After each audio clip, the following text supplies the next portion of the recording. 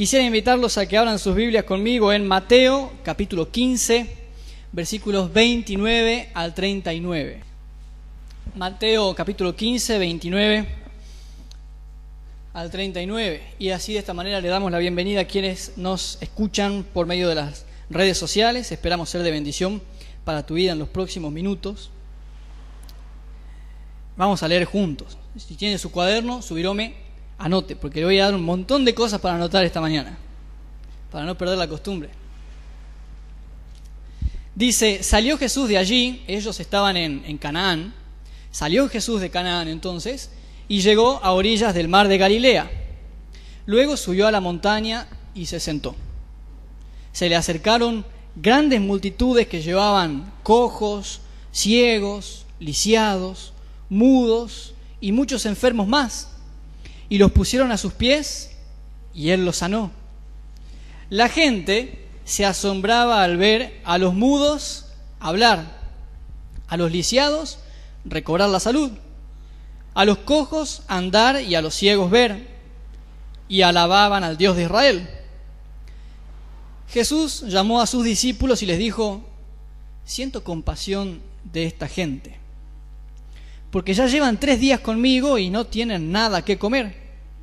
No quiero despedirlos sin comer, no sea que se desmayen por el camino. Los discípulos objetaron: ¿dónde podríamos conseguir en este lugar despoblado suficiente pan para dar de comer a toda esta multitud? ¿Cuántos panes tienen?, les preguntó Jesús. 7, y unos pocos pescaditos. Luego mandó que la gente se sentara en el suelo. Tomando los 7 panes y los pescados, dio gracias, los partió y se los fue dando a los discípulos. Estos, a su vez, los distribuyeron a la gente. Todos comieron hasta quedar satisfechos. Después, los discípulos recogieron 7 cestas llenas de pescados que sobraron. Los que comieron eran 4.000 hombres, sin contar a las mujeres y a los niños.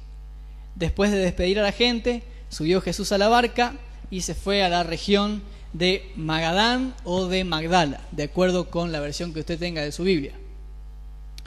Lea conmigo el versículo 32 de nuevo. Jesús llamó a sus discípulos y les dijo: siento compasión de esta gente. Siento misericordia, tengo misericordia de esta gente, en otras versiones. La palabra que se traduce como compasión en el idioma griego original, según un comentarista que se llama William Barclay, dice: no describe una piedad o compasión ordinarias, sino una emoción que conmueve lo más recóndito del ser del hombre.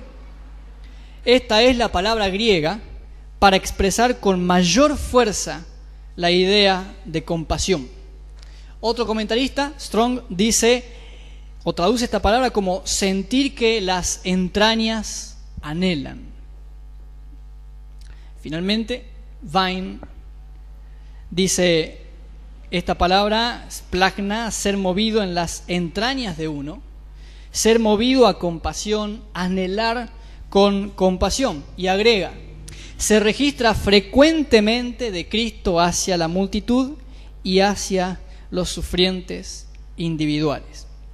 La misericordia, la compasión, es la principal motivación de la vida de Jesucristo. Todo lo que ha hecho Dios por nosotros y lo que sigue haciendo es por su misericordia, por su amor. Puede anotar Lamentaciones capítulo 3, 22 al 24. Yo se lo leo. El gran amor del Señor nunca se acaba y su compasión jamás se agota. Cada mañana se renuevan sus bondades. Muy grande es su fidelidad. Por tanto digo, el Señor es todo lo que tengo.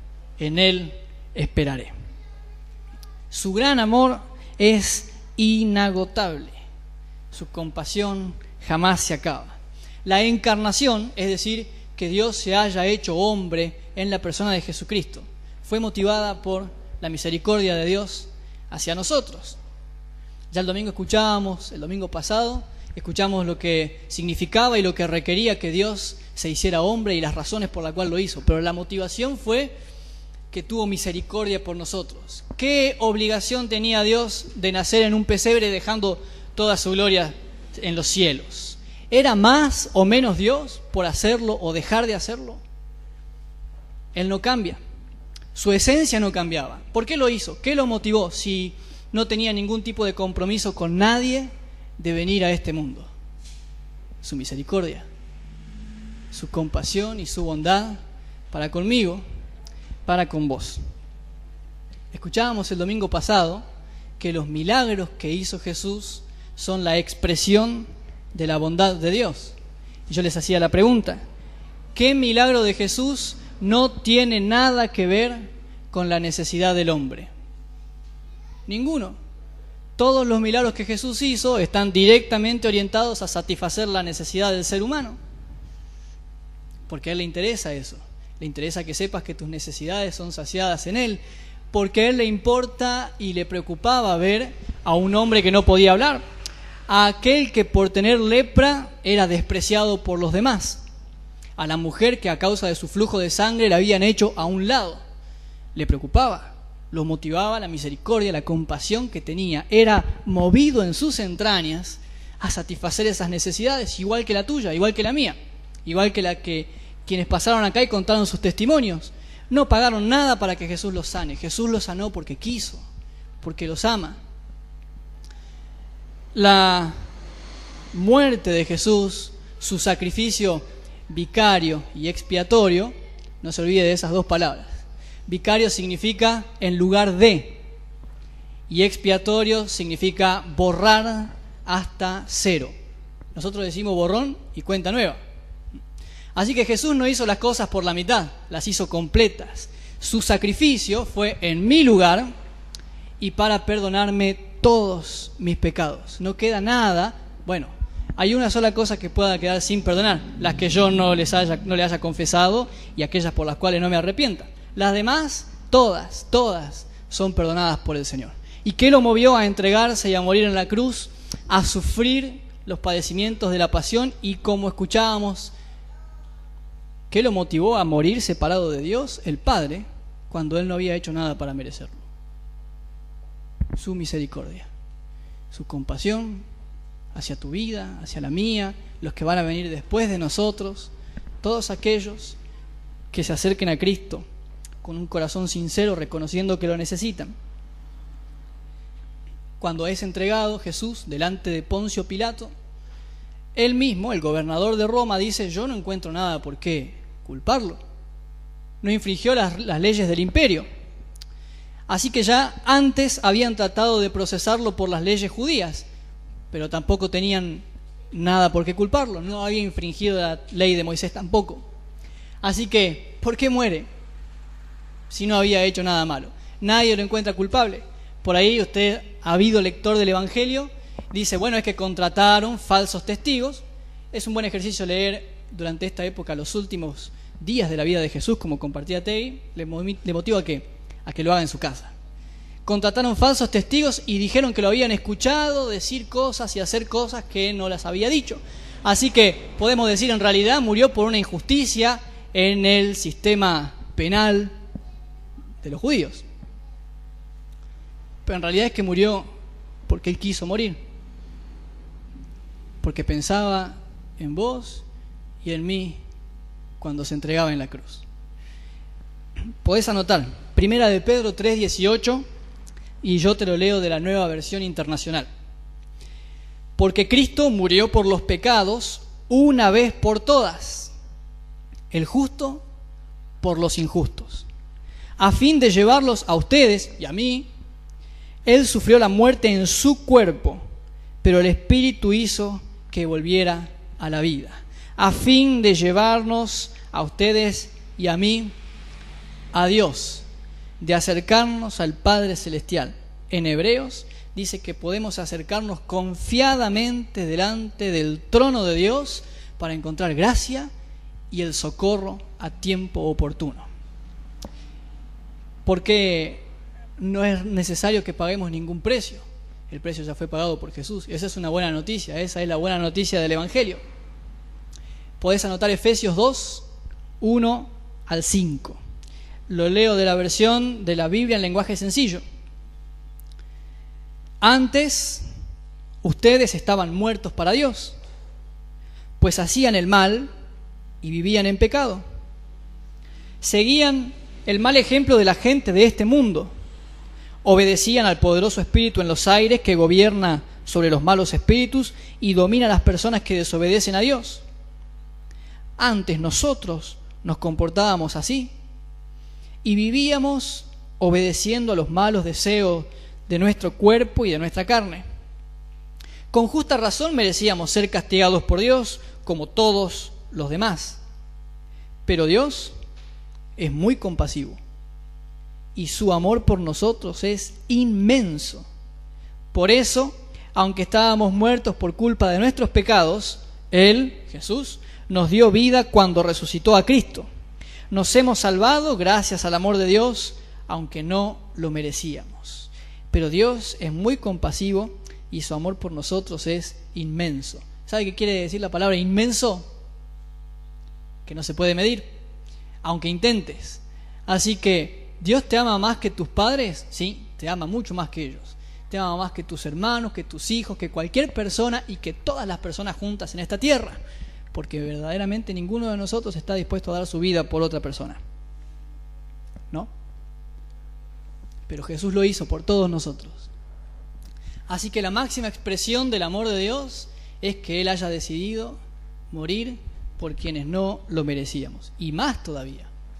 Hemos pasado muchos años, meses, semanas, días ignorando a Dios. ¿Y qué crees que hizo Dios? Sigue ahí, al lado tuyo, llamándote, buscándote, esperando que en algún momento puedas decidir seguirlo a Él y reconocer lo que Vanessa cantó, que su amor por mí es lo que puede motivarme a seguirlo. Imagínense si Jesús reaccionara como nosotros cuando nos desprecian o nos hacen a un lado. Y nos enojamos con la gente y decimos, este no vale la pena, yo no invierto un minuto más, no pierdo un minuto más de mi vida en esta persona. Pobre de nosotros si Jesús hiciera eso, ¿no? Pero no lo hace, nos sigue buscando y estás acá esta mañana justamente porque a pesar de las veces que lo hemos negado y nos hemos ido de sus caminos, Él te vuelve a llamar, te vuelve a llamar, te vuelve a llamar. Lo va a seguir haciendo hasta que mueras o hasta que venga a buscarnos. O hasta que aceptes. Así que la misericordia del Señor, la compasión de Dios, es lo que motivó la vida de Jesucristo. Quiere decir su nacimiento en un pesebre, todo lo que vivió en el medio y hasta su muerte en la cruz. Pero el detalle de esta mañana está en el versículo 32. Cuando Jesús llama a sus discípulos y les cuenta que siente compasión por la gente. Y de esa manera les motiva y nos motiva a nosotros a que la misericordia sea la motivación por la cual nosotros hacemos todo lo que hacemos. Antes de profundizar en eso, me gustaría que pienses cuántas cosas que haces en la vida las haces por misericordia hacia los demás. Mateo 15:32, en la Biblia de las Américas, dice: entonces Jesús, llamando junto a sí a sus discípulos, les dijo: tengo compasión de la multitud, porque hace ya 3 días que están conmigo y no tienen que comer. Y no solo eso, si los despido a sus casas, podrían desfallecer en el camino. Pensó en su necesidad actual y también pensó en los peligros que corrían más allá de eso. Pero no es eso lo más llamativo, sino que Jesús hace una pequeña asamblea con sus discípulos. Los llamó así, los convocó, los invitó, una reunión de equipo de trabajo, y les cuenta qué es lo que Él siente por la gente. Les abre su corazón y les comenta cómo ve a las personas. ¿Por qué Jesús hace una cosa así? Podría haber multiplicado los panes y los peces, darles de comer a todos y listo. Podría haberles dado instrucciones. Si ustedes dan vuelta a la página de sus Biblias, van a encontrar la alimentación de los 5.000, que es el segundo milagro de este tipo que Jesús hace. Y en esa ocasión Jesús directamente les da la ordenanza a sus discípulos. Le dicen: alimenten a la gente. No les preguntó si querían, si entendían. Les dijo, vayan y alimenten a la gente. ¿Por qué? Ya habían visto un milagro de ese, se supone que tendrían que haberlo hecho automáticamente, ¿no? Pero en la primera ocasión, Jesús les cuenta lo que hay en su corazón y lo que Él siente por la multitud. Y eso es porque el milagro que van a presenciar va a enseñarles dos cosas a estos hombres. Le voy a leer el versículo 35 y 36. Después mandó Jesús que la gente se sentara en el suelo, descansen y esperen algo del Señor. Tomando los 7 panes y los peces, dio gracias, los partió y se los fue dando a los discípulos. Y estos, a su vez, los distribuyeron a la gente. Présteme atención con esto. El milagro que los discípulos acaban o están por presenciar les va a enseñar, primero, quién es el que sacia las necesidades. Segundo, qué papel juegan ellos en la provisión de Dios. ¿Quién multiplica el pan y los peces? ¿Los discípulos? Jesús. ¿Quién mandó a la gente a que se sentara, descansara y esperara algo de Dios? Jesús. Los discípulos hicieron el proceso de administrar la gracia, la provisión de Dios a la multitud hambrienta. Eso lo podemos hacer todos nosotros por un montón de razones diferentes, pero la que el Señor quiere es que sientas compasión de la gente. La charla íntima que Jesús comparte con sus discípulos les enseña el por qué tienen que hacerlo. ¿Sí? Lo ponemos en nuestras palabras. Con este gesto, Jesús les dice, ¿qué va a pasar? Yo voy a alimentar a la multitud. ¿Quiénes lo van a hacer? Ustedes. ¿Por qué lo tienen que hacer? Porque yo siento misericordia por ellos. Así, en esa condición, en esa línea, se desarrolla el ministerio apostólico durante los años siguientes.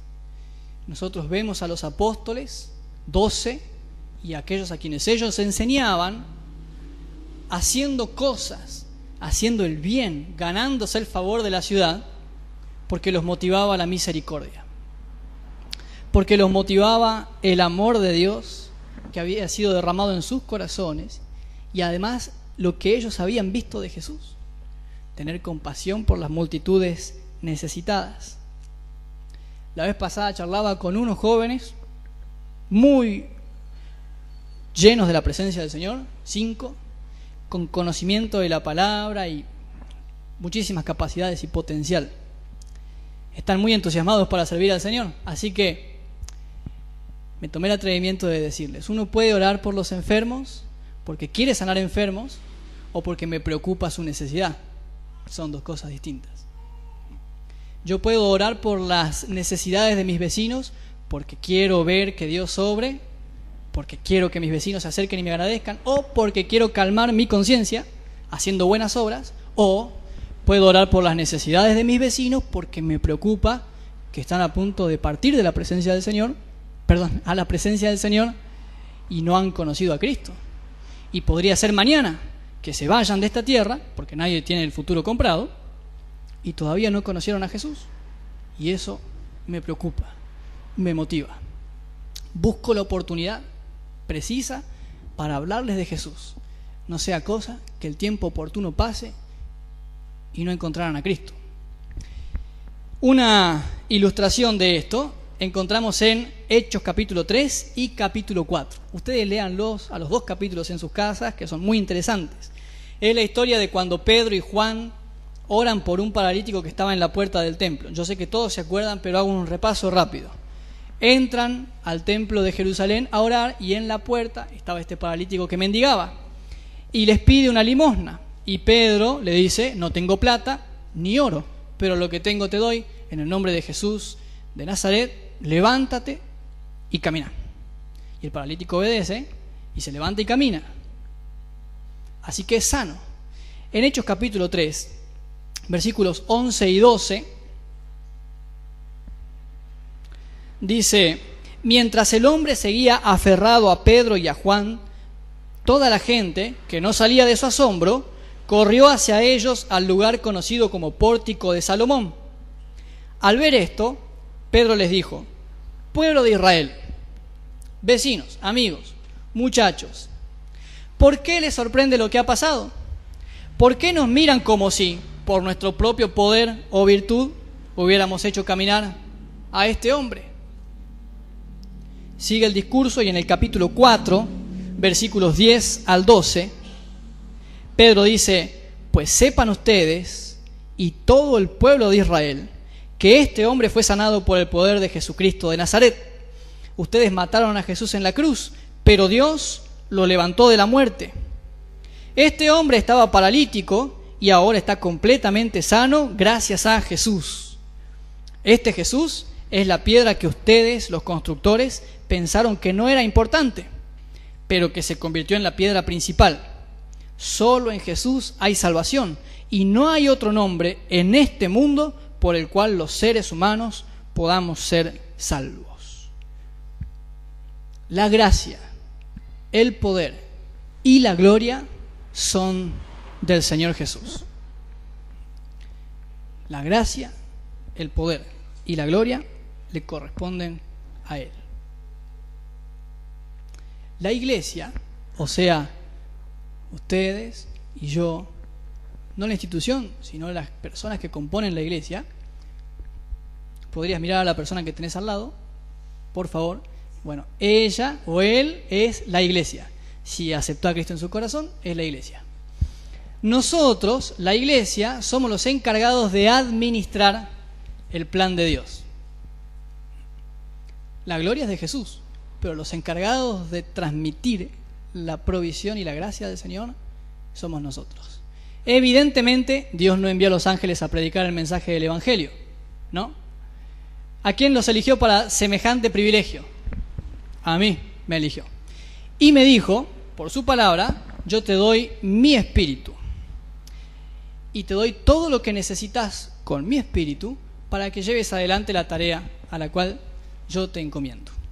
Así que, una vez que lo creemos, he visto, por medio de mi vida, que Dios ha sanado personas y toca el corazón de algunos que se arrepienten y reconocen que necesitan a Jesús, y hay otros que son libres de cadenas que el enemigo los tenía apresados y vienen a los caminos del Señor, y es un gozo. La gloria es del Señor Jesús, pero es mi responsabilidad administrar esa gracia. Y de hecho, de eso se trata evangelizar. Tenés la mejor noticia, tenés que compartirla. Es muy básico. De hecho, esa es la esencia del Pentecostés. En Hechos capítulo 1, versículo 8, Jesús le dice a sus discípulos: recibirán poder cuando venga sobre ustedes el Espíritu Santo, y entonces me serán testigos donde vayan. ¿De quién era el poder? ¿De los discípulos? Del Espíritu Santo. ¿Pero quiénes eran testigos? Los discípulos. ¿Sabe cómo puede pasar que haya personas a nuestro alrededor que no se entreguen a Cristo? Porque nosotros no les contamos que lo necesitan. Porque cuando uno empieza a contar que necesitan a Jesús, el poder es del Espíritu. Así que estaría bueno pensar si mis vecinos y mis amigos y mis compañeros ya comieron los panes y los peces que Jesús multiplicó en Pascua hace 2000 años, ¿no? ¿Les estoy llevando la comida? ¿Cuál es la diferencia entre ellos y nosotros? Ninguna, excepto Cristo. Fuera de Él, somos igual de necesitados de la gracia del Señor. Imagínate qué sería de tu vida ahora si Jesús no hubiera llegado a tu vida a llamar a tu corazón. Aquella noche cuando pasaste al frente y aceptaste a Jesús, en tu casa, cuando predicó un pastor invitado, en la tele, yo no sé cuándo fue, en el caso de algunos sí, pero en la mayoría no sé cuándo fue que aceptaste a Jesús. Pero si eso no hubiera pasado, ¿qué sería de tu vida? Y probablemente no estarías acá. Quizás tendrías un vacío, un desasosiego en tu corazón de tratar de llevar adelante tu vida en tus propias fuerzas y sin ver resultado, por tener miedo a la muerte, porque eso se soluciona solo cuando sabemos qué nos espera después de la muerte. Quizás estarías tratando de sobrellevar tu matrimonio y tus relaciones, gastando tu alma y tus sentimientos pero Jesús te llamó y dijo, tranquilo, yo me hago cargo de tu vida, de tus emociones, de tus sentimientos pasados, los presentes y los futuros. Déjame a mí, me dijo el Señor, vos servime, yo me hago cargo de tu matrimonio. Y miren la esposa que me dio. Y los hijos que vendrán todavía. Y se hizo cargo de mi futuro y me dio esta calma en que yo sé que podría irme de este lugar y lo único que me pesa de morir hoy es que ustedes me van a extrañar muchísimo. Fuera de eso, estoy completamente tranquilo de saber a dónde voy, ¿no? Nosotros administramos el plan de Dios. El poder, la gloria y la gracia son del Señor Jesús. Pero la motivación correcta es la compasión, es la misericordia. ¿Qué sentís por aquellos que te rodean? ¿Qué sentís por aquellas personas que te hacen la contra? Que son difíciles de llevar. Porque Jesús sentía misericordia por la multitud que Él sabía que después de Pascua lo iba a entregar. Fíjense que la misma multitud a quienes Él alimenta 2 veces es la misma multitud que lo escupe en la cara cuando llevaba la cruz. No cambió de escenario, ¿eh? ¿Y Jesús no sabía eso? Claro que lo sabía. También sabía todas las veces que yo lo niego y murió igual por mí. Así que es un buen ejercicio para nosotros empezar a pensar en quienes nos rodean como Dios piensa de ellos y verlos como Dios los ve. ¿Y es fácil? No, pero es posible que veas a tus compañeros de trabajo, a tu familia, a tus amigos y que sientas por ellos o que sientas que el Espíritu Santo se acerca y te dice, yo tengo compasión por ellos. Porque vos ya sabés a dónde ir cuando tenés problemas, pero Él no. Yo siento compasión por ellos porque cuando las cosas en tu matrimonio no andan bien, vos orás, yo he intervenido muchas veces y fíjate lo bien que te va ahora. Pero ellos no saben. Están corriendo el riesgo de separarse y de perder años en construir una relación, tirarlos todos por la borda porque todavía no saben que yo los quiero alimentar. Sentir compasión por la gente. ¿Qué se necesita para eso? ¿Qué necesitaron los discípulos? Estar con Jesús. Cuando los citó y los llamó aparte, ellos fueron, le dijeron, sí Señor, ¿qué hacemos? ¿Qué querés que hagamos? Que sientas compasión, que tengas misericordia de aquellos que te rodean, nada más. Por ahí empezá, después el resto lo hago yo.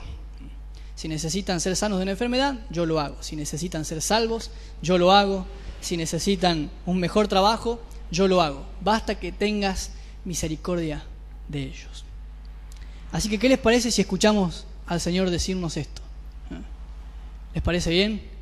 Me gustaría que cierres tus ojos y si todavía no le diste tu vida a Jesús para que Él la cambie, quizás estás escuchando que Dios hace muchas cosas preciosas y solamente las escuchaste, nunca las experimentaste. Yo quiero darte la oportunidad y hacerte la invitación de que te acerques a Jesús. Todos nosotros que estamos presentes queremos orar por aquellos que están aquí, por quienes nos escuchan y que quieren darle su vida a Jesús. Podés hacerlo con una oración muy sencilla pero sincera. Si me dejás, yo te guío de esta manera. Señor Jesús, gracias por morir por mí y por mostrarme tu amor en la cruz. Reconozco que te necesito, que mi vida tiene valor, tiene sentido y puedo disfrutarla cuando estás en el centro de ella. Te abro mi corazón, te pido perdón por todos mis pecados. Necesito que me limpies con tu sangre. Gracias, Señor Jesús, porque tu palabra me promete que ahora mi nombre está escrito en el libro de la vida. Yo lo creo porque sé que tú eres Dios y no mientes. En el nombre de Jesús.